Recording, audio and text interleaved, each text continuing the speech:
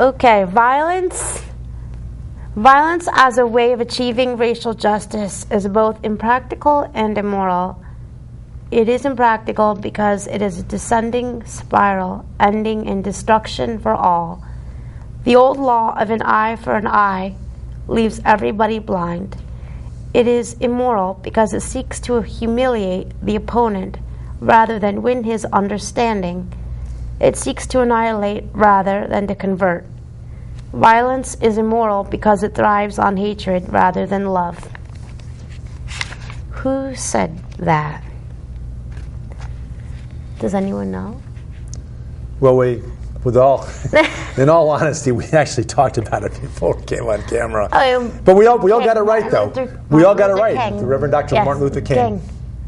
And we're opening the show with this because we're talking about certain candidates use violence in their inciting violence in their speeches and in their rallies. That's it. Yes. People have to be careful with them, especially leaders have to be particularly careful about and cautious about what they say because there's always folks out there that take them literally. When Donald Trump says, if it had been me, I would have punched him or worse. He says things like that, and it brings me back to a personal experience of mine, where my dad was always very critical of all the Kennedys, but particularly Bobby Kennedy. And I remember as I'm going to say. Almost 15 years old when Bobby Kennedy was killed. And I remember feeling so strongly about things I'd heard my dad say that when I came downstairs that morning, because it happened overnight in Los Angeles, I came downstairs that morning and basically told my dad that I thought that it was him and people like him and things said by people like him that led this crazy lunatic Sirhan to do this horrible thing, and people listen. Yeah. People listen when you say things that are not for any constructive use, but just to incite violence against other human beings.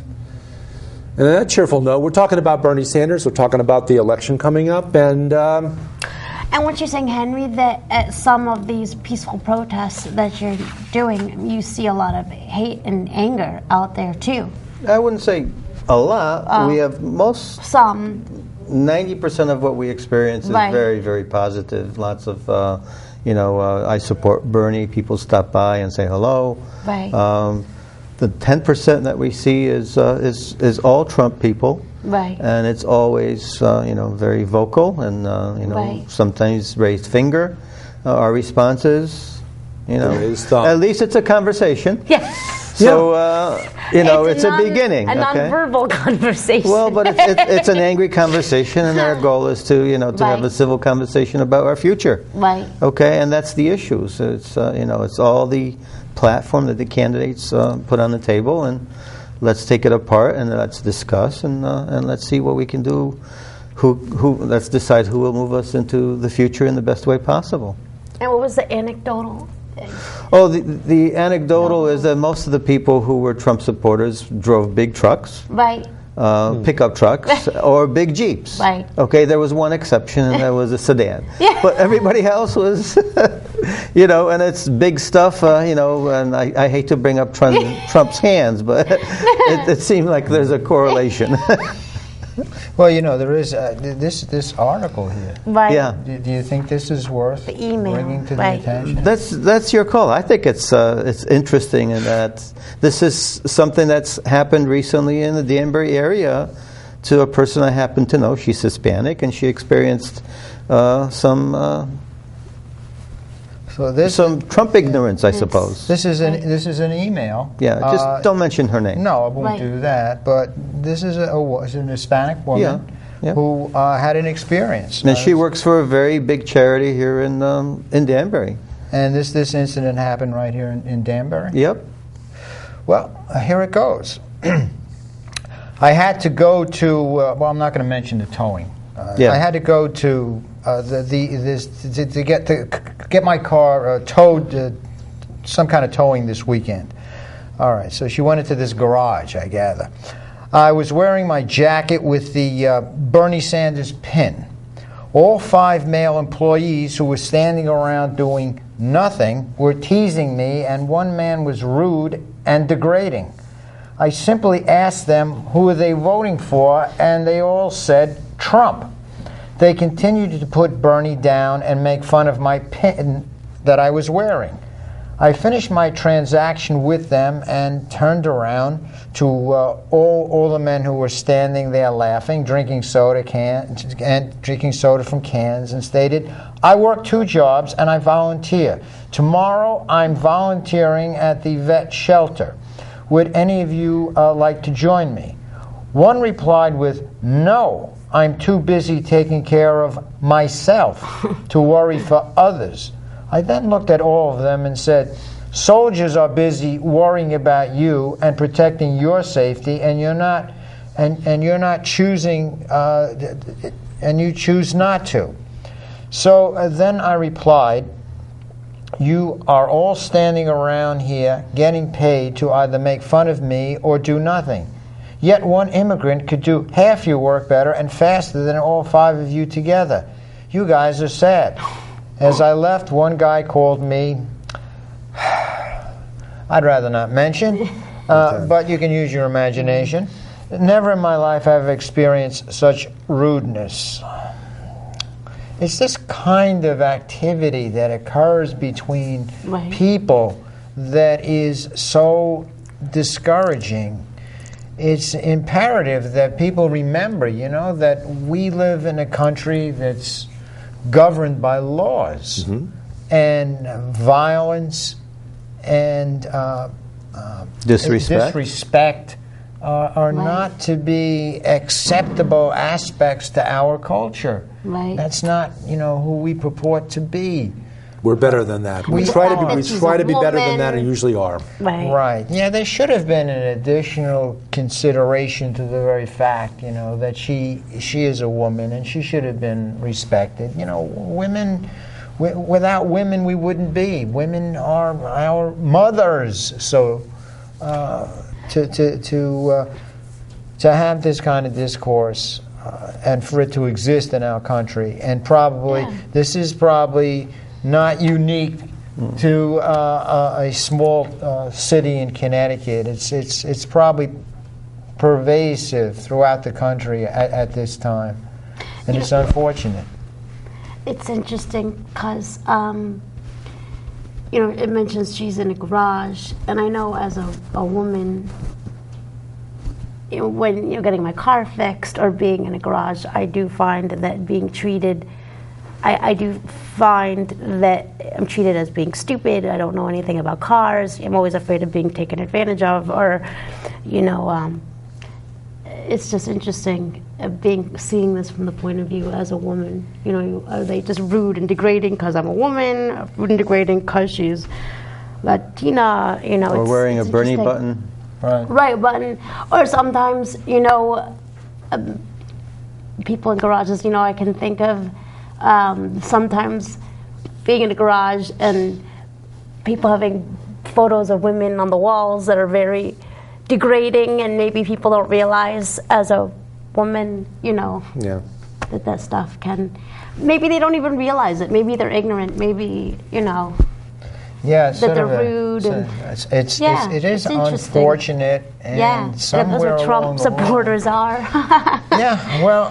They did do a poll on educated and uneducated, and apparently the more educated members of our communities are aligning themselves with Bernie Sanders, and those that are less educated seem to find solace or have a vested interest in the status quo. Okay, like older people, they're happy with the system. It is most okay. I mean, as by polls anyway. Okay, but those who are again critical thinkers tend to support Bernie.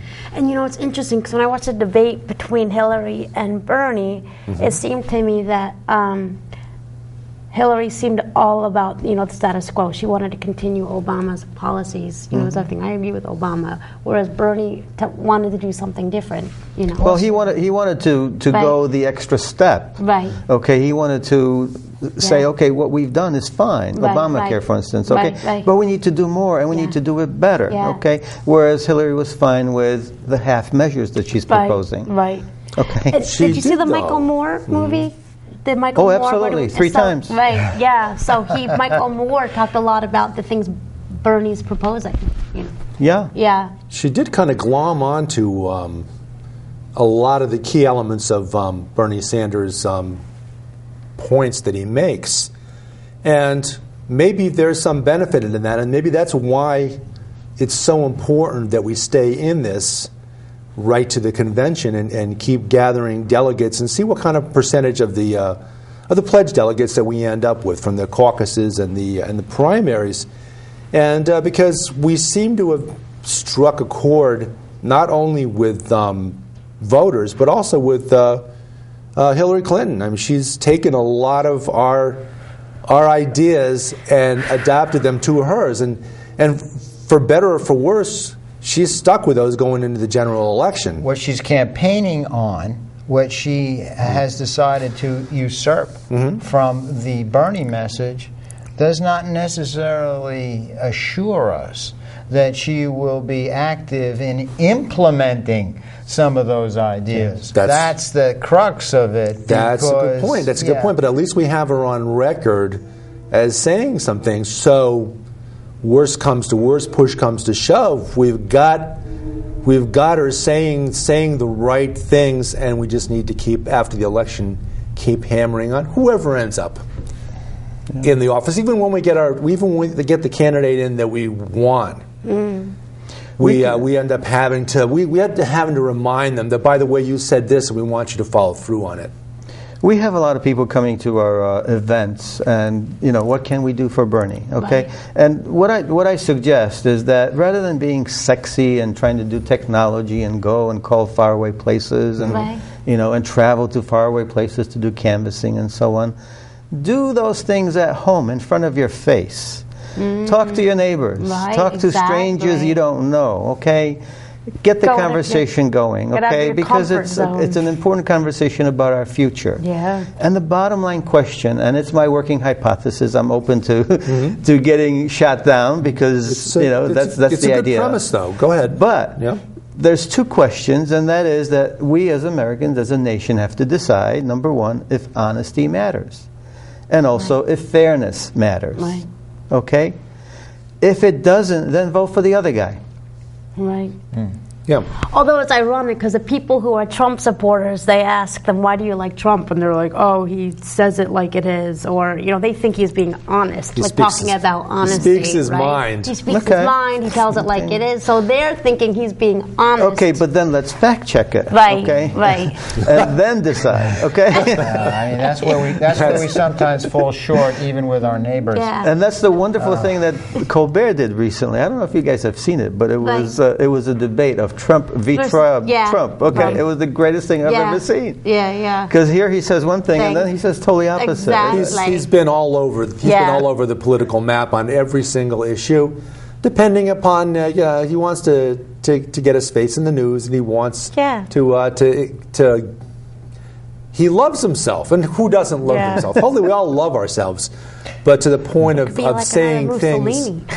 To say things that that are patently opposite to things you've said in recent years. They may be turning an ear to it because maybe what's pervading the entire country, Republican and Democrat, is a complete disgust with the current political system as a whole. It's not working for us. It doesn't work for us, and if we have to choose, we can listen to this character, this joker, and he's a bigger joker than the other jokers that are on the stand with him. Maybe this joker, all right, is capable of making some real changes. And that's the way they're looking at it. As far as they're concerned, Trump is Trump and Cruz. He's Trump Rubio. I mean, the things that whole nonsense with Megyn Kelly, all that stuff. It's water off the old duck's back when it comes to his supporters. They just hook on to him. Yeah. If you truly believe that anything would be better than what we have, and I don't see, I understand that everyone has grievances against friends, neighbors, family, the government, co-workers, employers, employees. Everybody's got grievances. But when you put it in the context of how things are, think back to the days, and it's not that long ago, that there was no public education. You had kids working in factories at the age of 10. Right. Some farms. In coal factories, literally having their figures worn away, working in coal factories. Think about, and this goes to Antonin Scalia, the Supreme Court Justice Antonin Scalia, may rot in hell. A little too strong, David. Okay. May God rest his soul. Thanks, that's great. Thank you very much. Who's God? Not that the originalist who my God. who believes believed that everything should adhere to the original Constitution. That it was all set in stone. Nothing should have been changed. We have women voting. We have people not subjected to slavery. We have children allowed to go to school, and people are far, far, far better off now. Maybe not those at the top, but people in general, I think, are far better off than they were back in colonial times, back in those good old days that originalists love to speak about.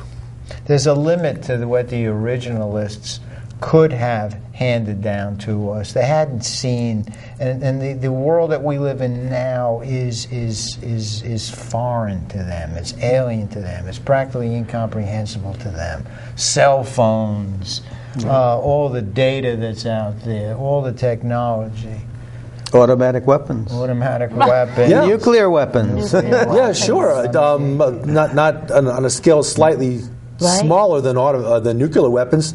Think about when machine guns came into play and during the age of the gangsters, the 20s and the 30s. They were outlawed. They were outlawed. Huh. Why is it that we can't outlaw guns similar to those weapons that you can kill 26 kids in less than 3 minutes? Like in Sandy Hook. Right. Well, the Tommy gun predated the NRA, so that's probably it. I don't. Well, maybe it predated the modern day NRA with the stance that they've taken, the us and them stance they've taken. But they were around back then, and nobody spoke up that I know of. I don't remember anybody reading anything about anybody speaking up against outlawing machine guns, submachine guns. Well, we had the Gatling gun in the Civil War. Right. Yep. Yeah, but a Gatling gun wasn't portable. You couldn't carry it around in two hands and ba ba ba ba ba ba. Well, it's if you're going to take the Constitution and make that the criteria for legal decisions, you have to take what they call the elastic view. You've got to be able to interpret the Constitution, and you can't interpret it as literally as Scalia did if you want to be able to deal with some of the complexity that we live in nowadays. I mean, is it Tim Cook of Apple? Yeah. Okay, Tim Cook of Apple and the FBI. Mm-hmm. Right. And and there's a certain acts that the ACTS, get the name of that particular acts that they're using in order to coerce Apple to give them the code to open that phone. Right. But it's like opening a Pandora's box. Yeah. Right. They have, I thought for a long time, in light of George Orwell and 1984, that it's out. Big Brother has it. All right, we're no longer, we're no longer citizens that enjoy privacy. But I was wrong. Government doesn't have it yet. All right, Yep.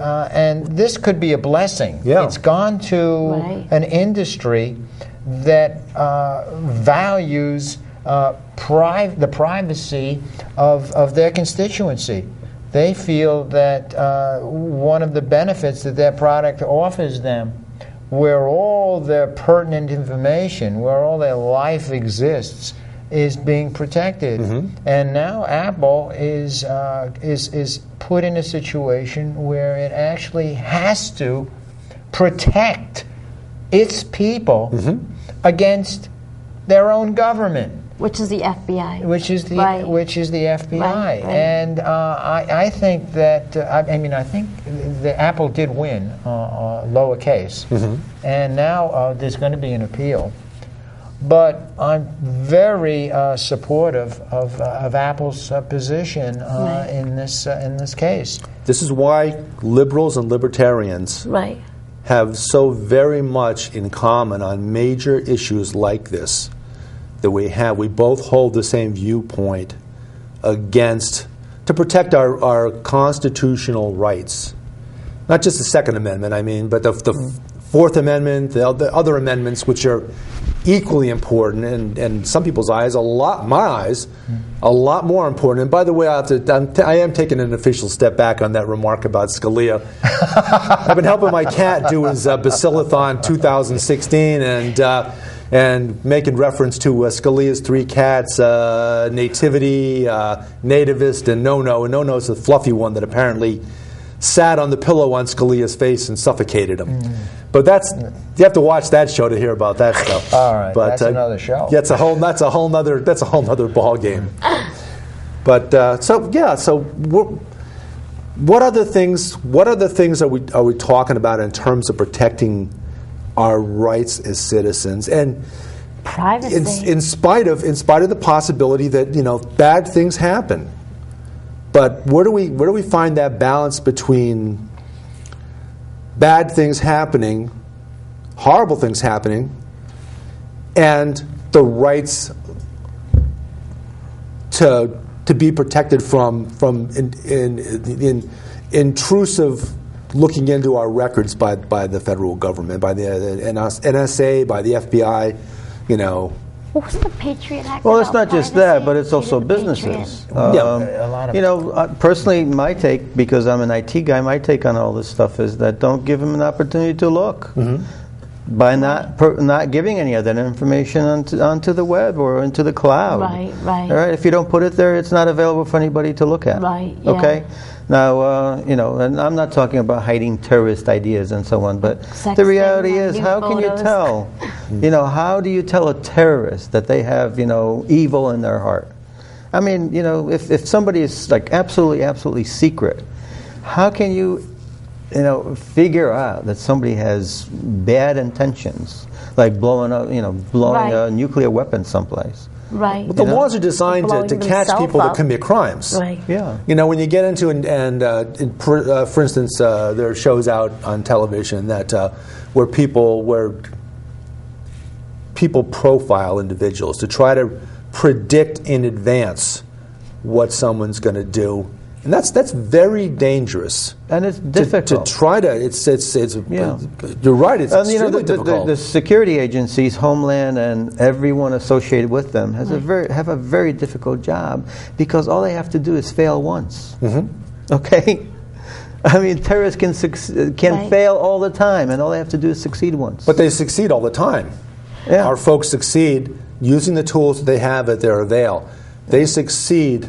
Maybe there's failure along the way, but nothing is perfect. Nobody's perfect, and they do an awful lot using the tools that they have to prevent a lot of terrorist acts. We don't hear about things that they accomplish. Now, what about the Patriot Act? Wasn't that supposed to be about privacy? The Patriot. Boy, if there ever was a misnamed document, and our candidate Bernie Sanders voted against it, by the way.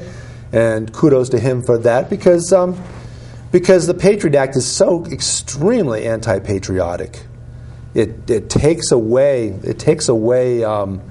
citizens' rights and creates kangaroo courts that with very little evidence they can take somebody and hold them for almost an indefinite period of time.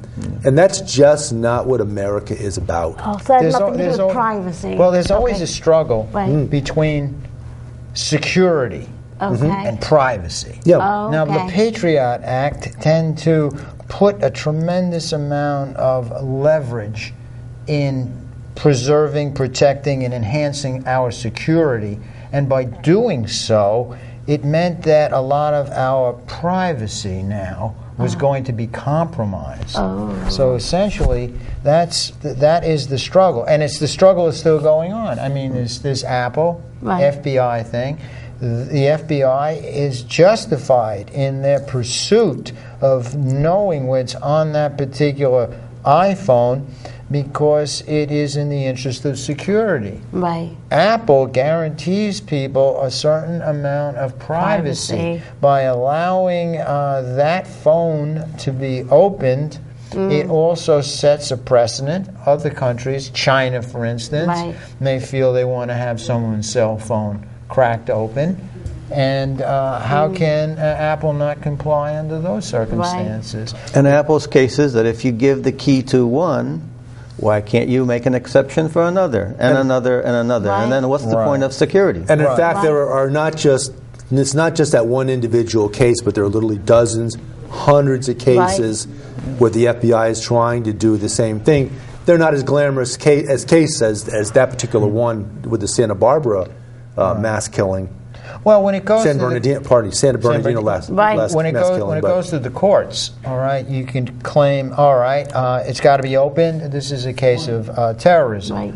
Okay, there's your precedent. Now, hey, we got to open it. It's a case of robbery. We're going to keep on talking through our credits. Listen in. But if you want to hear the full story, you got to come down to the studio to watch us. And we tape Monday afternoons, 4 p.m. to 6 p.m. So come on down and join us. You can just watch, or you can join in. It's all good fun, isn't it? Yeah, that's great. Absolutely. That's great. So continue. Well, how much time we got? 30 seconds. 30 seconds. All right. Bernie Sanders voted against the war in Iraq, voted against bailing out Wall Street, voted against the 2001 Patriot Act, supports federal recognition of gay marriage, voted against the 2001 bankruptcy legislation, supports clemency for Eddie Snowden, introduced legislation to allow medical cannabis.